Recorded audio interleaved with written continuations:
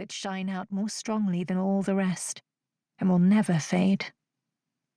Veins of gold in dull rock. For the rest of my life, I believe, I'll be transported back in dreams to memory's private theatre, where our girl selves still move and chat and laugh. These days I live on words, since my imagination is starved of other stimuli. Not that I keep a diary. The year we turned 17, you did your best to teach me that improving habit, but I always found it hard to pluck details from my daily round that seemed worth recording. Without an interested ear inclined towards me, my words dry up. I lack that bottomless spring that bubbles up behind your clever tongue. It strikes me that your own journal writing has much in common with your other powers.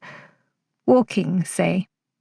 Whatever you like, you do with energy and ambition, almost greedily, and with a vigour that impresses us lesser mortals, even if we sometimes find it exhausting.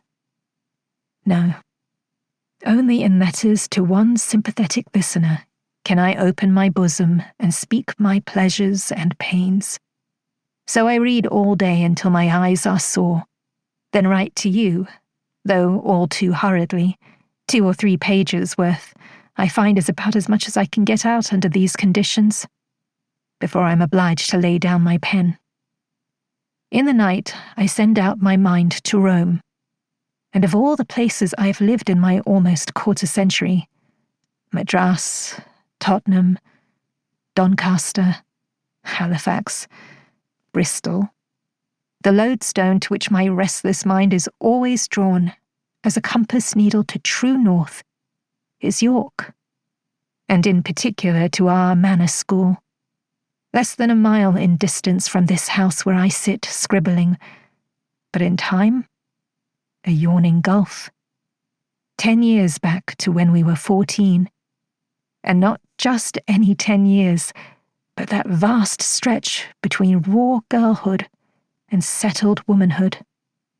Like some old lady, at 24 I find most fascination in retrospect. The memories come back to me with the irresistible force of waves striking ashore. It would be absurd to deny how changed I am, in ways I need not list. I am not what I was when we met. But I recall that Eliza so vividly. I only have to close my eyes to slip into her, under her skin. Under the mossy, leaky roof of King's Manor, I was quickened to life from the day I first laid eyes on you, Lister. As the old Roman chiselled on our stone, happy the spirit of this place. In our slope, I passed my best hours, and sometimes I have to remind myself that they are indeed past. But I tell myself that I'm not dead, not yet. Wilted plants have been known to revive if given just a little water. Could I have you by my side once more? I almost believe. Close Quarters, August, 1805. Eliza's trained herself to wake at 7, just before the bell. She sleeps in a garret, too low to allow her to stand up, except in the very middle, beside her narrow cot. None of the manor school's bedrooms have carpets that might trip the girls or hold dust, but this one is the barest, the floor unwaxed. Eliza rooms by herself, since Jane, 2 years her elder, refuses to board. Among so many pairs and trios of sisters, 2 Mrs. Parker, Pearson, Simpson, and Dobson, 3 Burtons, and a full 5 Percivals, Eliza is effectively an only child. Of course, having a room to herself could be considered a privilege. No one else's noises or smells to impinge on her, no one to break in on her thoughts or disturb her sleep. It might be a mark of the head's trust in Eliza's good conduct. Respect for her fortune, too.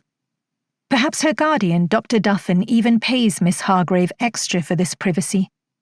Eliza's never mustered the courage to ask. She catches herself in the mirror on the washstand. Of course.